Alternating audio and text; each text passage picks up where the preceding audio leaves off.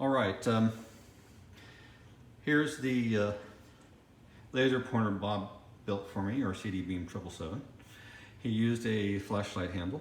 That's because it's just what we needed and it was cheap. So we used that. He had the rest machined. I mailed him this beam expander that I found on eBay fairly cheap. Those can go for anywhere from $75 to several hundred. Even the same model. If you want a good deal on eBay, you just have to wait. They'll show up eventually. If you're in a hurry, you're gonna pay. But this is a focusable beam expander. What it does is it increases the diameter of the light going into it from the laser diodes by a factor of 3. When you do that, that also reduces how fast the beam spreads as it goes forward. The laser diodes, both of them, the green and the blue, used in this host are 450 for blue and 520 nanometers for green. And they have, because they're multimode diodes, they have a fairly high rate of expansion. If you just use what is a standard lens diameter for most pointers, which is about 6.3 millimeters, at that wide of a beam, a collimated beam, they get a little more than about 2.5 millirads, or MRads as we call it for short, of expansion per meter forward. What that just means, in this case, with that small lens, it would be 2.5 millimeters. The beam would become 2.5 millimeters thicker or fatter per meter it travels forward. As you can imagine, you get out several hundred feet, your spot is no longer a little 1-inch or smaller spot coming out of the beam expander. Excuse me, if you don't use one, it's no longer a small beam. It becomes rather large, bigger than a semi-truck. You get out a mile or two. It's really huge. Depends on the diode and the lens you use. But when you put an expander on here, it decreases how wide that beam or that spot would be at that distance by 3 times smaller. You can get beam expanders, that's in this case. You can get beam expanders up to 10x, 20x, 30x. They become pretty large then, the lenses are really big. I have a really large beam expander that will do 30x. It has a fairly large input aperture. Because of that, 30 times the diameter of the input aperture in that particular beam expander that I'm talking about, that I have at home, is about 6 inches, and it weighs over 30 pounds. Can't put that on a pointer, of course, but it's a lot of fun because it reduces the divergence so much. One night I set it up and put it up into the night sky when I was living in Alaska, away from everything, and aircraft, by the way. You can go to jail for that, purposefully or not. You'll still go to jail on a $100,000 fine. So when I did that, that beam just stayed tight for miles and miles and miles. It was so awesome. It was beautiful. But it was kind of difficult and unwieldy to couple that with a pointer, and I only did it a couple times, but it was pretty neat. So that's a sub-hobby of mine within this hobby, is beam expanders. Okay, to get back to this, I'm going to explain what's inside here. I'm going to take it apart. I've already loosened the set screws, and I'm going to drop the shield down this way, holding the camera with one hand. Okay, and then just pull it straight out. There it is. Bob did a great job with this, but he does that with all of his work. All right, we'll start at the back end. This copper block here, beautiful machining by the way, has 2 diode mounts inside. I believe he purchased those from a vendor. His name is Jordan, but the Google store is DTR LPF. That's phonetically Delta Tango Romeo, then the LPF, like laser pointer forms. He mostly sells to hobbyists like us. I guess that's why he started it out that way, but maybe not today. Maybe he does more business selling parts to other people. He doesn't sell laser pointers. He does sell parts. Okay, so those two diodes, the blue 450 nanometer here and the green 520 nanometer here, are collimated with some small aspheric lenses. They're about 6.33 millimeters diameter, have a very short focal length because the raw output of the diode spreads very fast. So those are coupled up close to the diode. I think it's less than 3 millimeters inside this copper sleeve that the diodes are pressed into on the back end. You can't see. And that will collimate when you adjust these to infinity focus, which just means that you have the light diverging as little as possible. And when it's at infinity focus for that diameter lens, it all depends on the diameter of the lens. The larger the lens you use for the first collimation, the lower the divergence will be. In the case of these multi-mode diodes, these high-power diodes, which are over a watt each, they will diverge, like I said, about 2.5 millimeters thicker beam per meter forward. If you were to collimate this with a longer focal length lens that was a lot wider diameter, the divergence would be decreased incredibly. But since this isn't built that way, I used a beam expander to take care of the divergence problems instead further on down the chain. Okay, the two wavelengths and the output of this laser pointer are mixed together. The blue and the green are mixed together to produce a cyan color. This is something you can buy diodes that will produce close to a cyan color, or sometimes depending on how much current going through them and what temperature they are, they'll really produce 470 nanometers, which is a solid, true, what I call cyan color. But normally, you won't find those diodes on, my wife just Skyped to me. Anyway, you won't find those diodes at this kind of power level at all for sale, not at 470 nanometers. Because the total power output of this pointer is about 4.5 watts when the batteries are charged all the way up, which they're not, but I should have charged them before I started this, so it won't produce full output, but it'll produce 80%.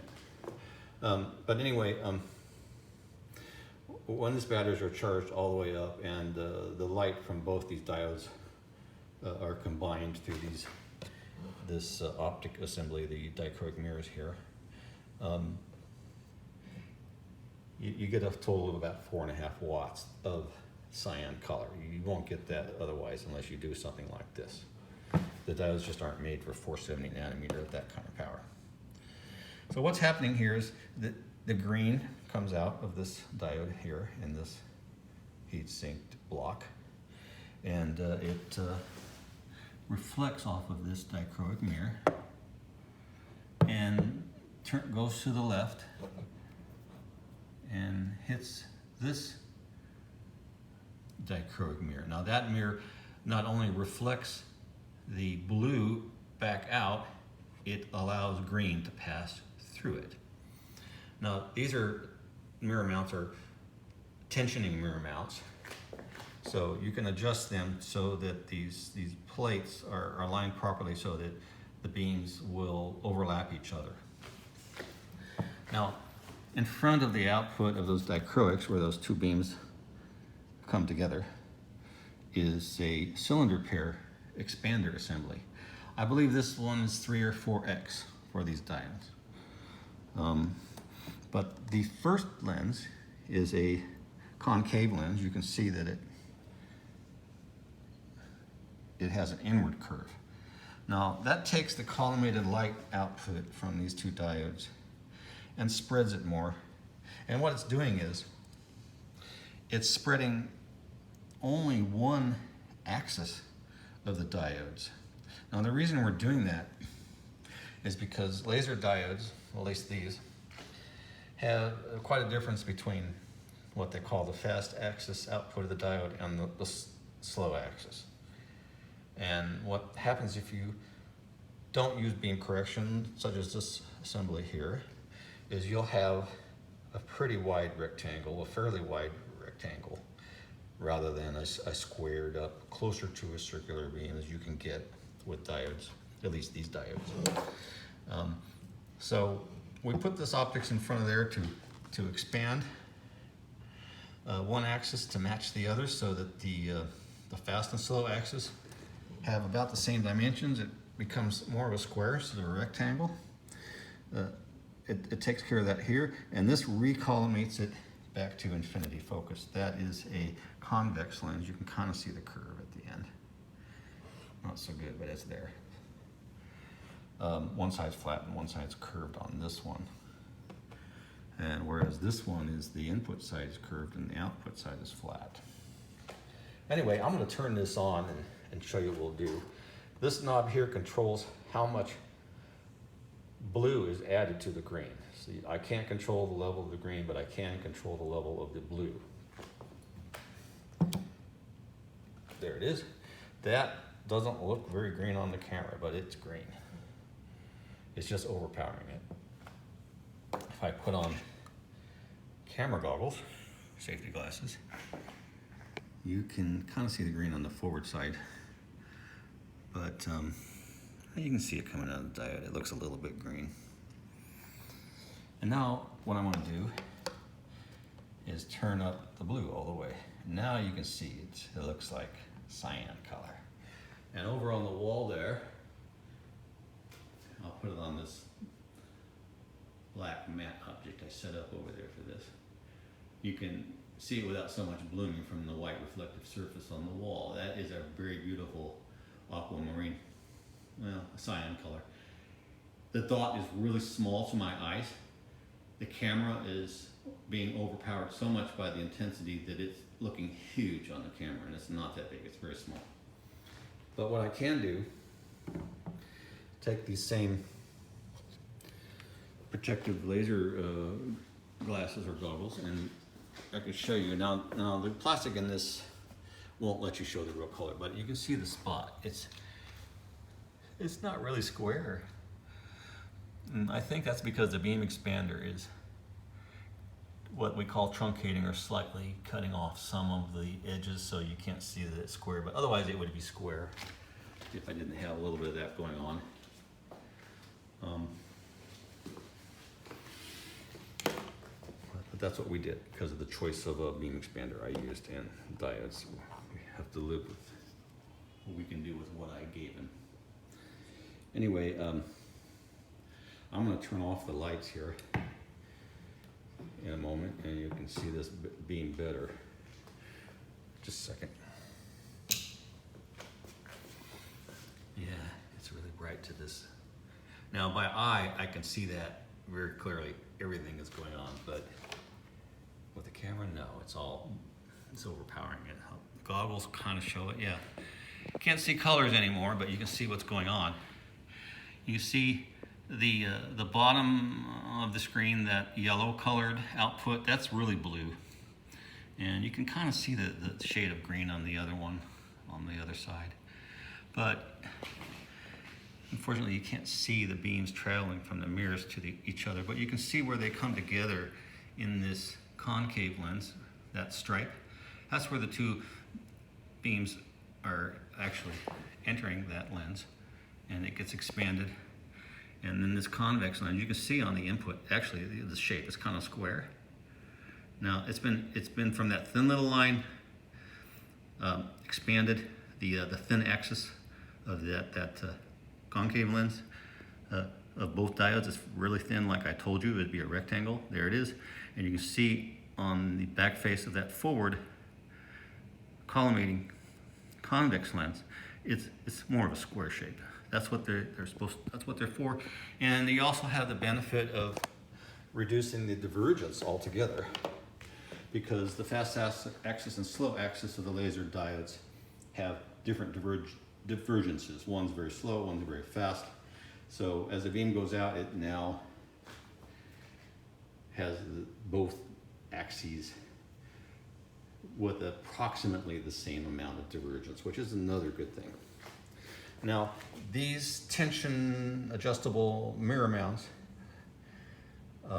this has been adjusted like the first time 2 years ago, and I haven't readjusted it. But if you look at the beam, you can kind of see one side is green and one side's blue. That's not right. I have to get in there to redo that.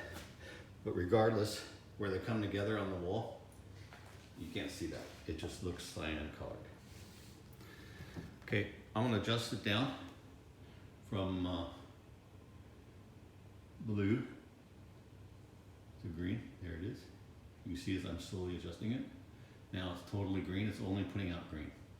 Now I'm bringing up the blue slowly, changing shade. There you go, cyan. Okay, what I wanted to show you also was if I could hold this pointer steady enough, the power output of green. I'm not holding it steady. Well, the batteries are a little low.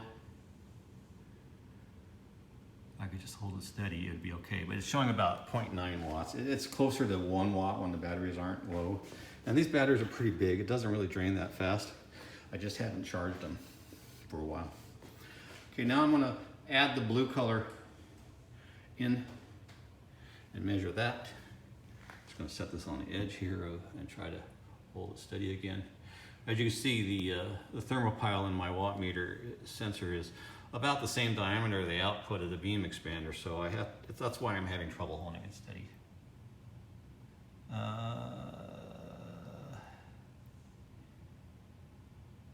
Okay, over 4 watts. Now when the batteries are fully charged, the combined power is 4.5 watts. Now we could have set it to have a higher power output, but we chose a conservative amount of power out. I could have had, instead of 3.5 watts going in or out of the blue laser diode, I could have had 4.5. With the 1 watt green diode, which is the NDG7475 at 520 nanometers, that is actually capable of up to 1.4 watts. But it's set to where it's putting out, after losses, about 1 watt when the batteries are charged. Now, there's another thing that causes power loss in the output is each of these optics add a little loss. If they have really high quality anti-reflective coatings on them, you may only have, let's say, 0.5% of loss per optic. Here we have 1, 2, 3, 4, and then I have, that's the amount of optics there, and then in here there's 2 more lenses, so that's 6. So I'm probably losing 7-8% altogether, because I don't think these dichroics are that high of a quality, so they're losing a little more than normal. I'm not sure how high quality the AR coating is on this, but they came from a vendor in Poland, and I believe that these actually might be a lot better than these dichroic mirrors in the back as far as anti-reflection losses, but this unit here I'm sure has over 1%, so maybe I'm estimating too high. That's probably way too high, but at least I would say reasonably, I probably have, minimum, as a wild guess, maybe 5% loss total in this whole thing. So that's not really too bad. All right, I wanted to tell you a story about finding deals on eBay too. I'll turn the lights back on. This coherent Fieldmax 2 laser power meter, I got it cheap. The guy had it listed at 500. I thought, oh, that's a good price, I'm gonna buy it. I said, no, I'm gonna make an offer. I would have bought it at 5. Easy, quick. Fortunately, no one came behind me and offered or bought it. But I got it for $350. That's amazing. So these are normally a $2,000 laser power meter. This is a 30 watt sensor head or thermopile. What it has is a thermoelectric diode junction, much like a thermoelectric cooler. You've seen these little square white modules you can buy for cooling things with voltage goes through them. Well, this heats with the laser input. It produces the voltage. This turns it into watts or joules. You can set it up for that, and then you get your power reading. But it's highly calibrated, and the surfaces of the